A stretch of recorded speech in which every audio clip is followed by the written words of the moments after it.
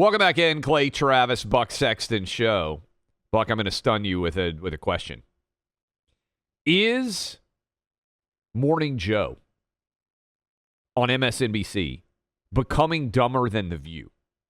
When you consider that The View is only supposed to be like kind of a talk show designed for moms sitting around their house, whereas Morning Joe is supposed to be, this smart, erudite take on the world of politics and current affairs.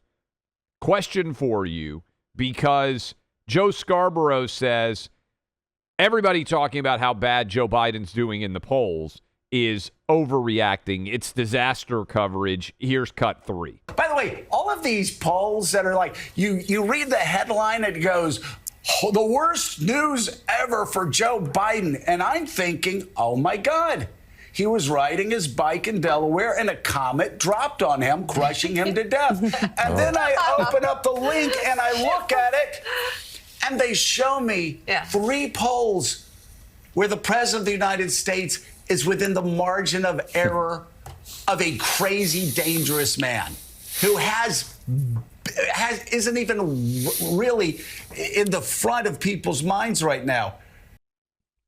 Okay, I think that I know what you're putting down there. I'm getting what you're putting down here. Here's the thing: The View believes, in my opinion, as a general matter, the incredibly ignorant and stupid things that are said on the airwaves of ABC in the daytime. Like the people at that table actually think, whether it's Whoopi or Sunny or the other ones, I don't know the other ones' names. There's the one who used to be at CNN. I know her name.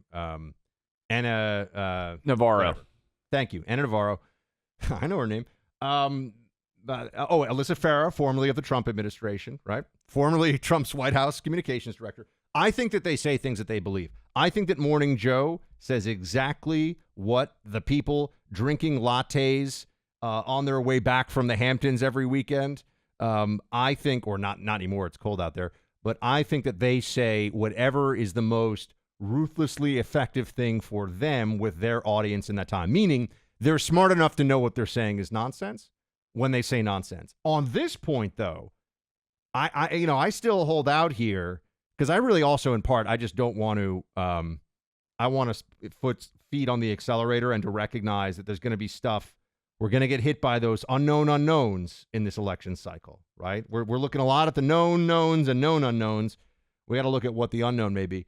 Joe Biden's machinery has been pretty quiet recently. We can talk in the next hour if you want about the Hunter Biden on offense strategy, which is kind of a funny thing. Legal offense for Hunter Biden.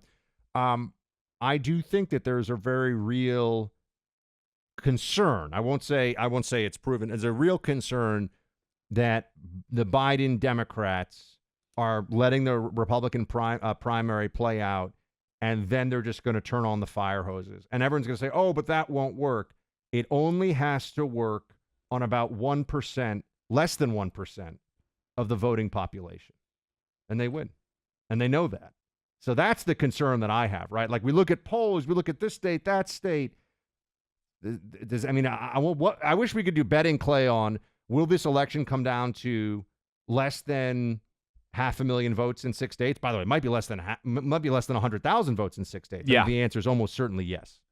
Well, the one thing I would point out is the Biden people are nervous enough in the swing states that they've spent over $25 million in advertising just in those swing states, and it hasn't really moved the lever. Now, the one poll that suggests that if Trump is convicted of a felony, that it would alter the trajectory of this race, that would be what would have me a little bit nervous if I were looking at this.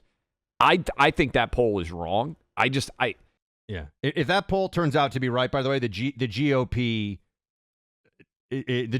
needs to just, be rebuilt anew brick by brick. I mean, it will mean that every strategist and every politico and all of them got completely swindled in a way that is unforgivable and honestly will change politics in this country for generations. Yeah, and what I would say too is, and I think I talked about this yesterday, by the time we come out of January 1st, by the time we come out of that holiday, we're going to be 2 months from Trump potentially being on trial in Washington, D.C. If that March 4th, I believe it's March 4th, trial date actually holds, and I question whether it will, but if it does, that is seismic in terms of the amount of attention that it will get. On the Joe Scarborough front, though, in the MSNBC argument, it is pretty devastating polling data for Joe Biden that is coming in right now. 11 of the 13 national polls in November have had him down, and Trump has the largest lead in the polls that he's ever had in his entire political career. So I would be nervous about that if I were Biden. I don't think it's cataclysmic because we're still 11 months away, but the data couldn't be much worse for him. There are two ways to take that, and one of them you just hit, which is it's so early, who cares? I think the response to that or the other approach to this would be, yeah, but Trump's never been this far ahead in this way at this time. So that's what's distinct about it. Like if this was a mirror image of 2020 at this point in terms of the polling in the swing states, you'd say, okay, well, we've been here before. We've never been here before, but it is a year away.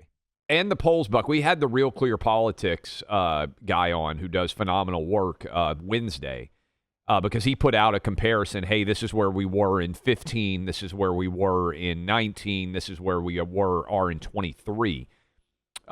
Trump was down 10 to Biden head-to-head in November of 19. And Trump was down 4 to Hillary Clinton in November of 15. Reason why I bring that up, first of all, the Hillary Clinton-Trump race didn't end up that much different than what it was a year out.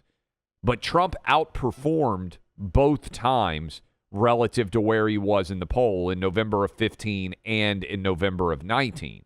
If the polls were still wrong, then they're actually still undercounting Trump's support. And if he were 2 or 3 points better than what he is right now, we're talking about a landslide election in favor of Trump. And the one thing that nobody is, I don't think, contemplating enough is we're going to not just have probably a third party, but also a fourth, a fifth, and a sixth party. Your ballot for president is going to have more candidates than most of us can ever remember.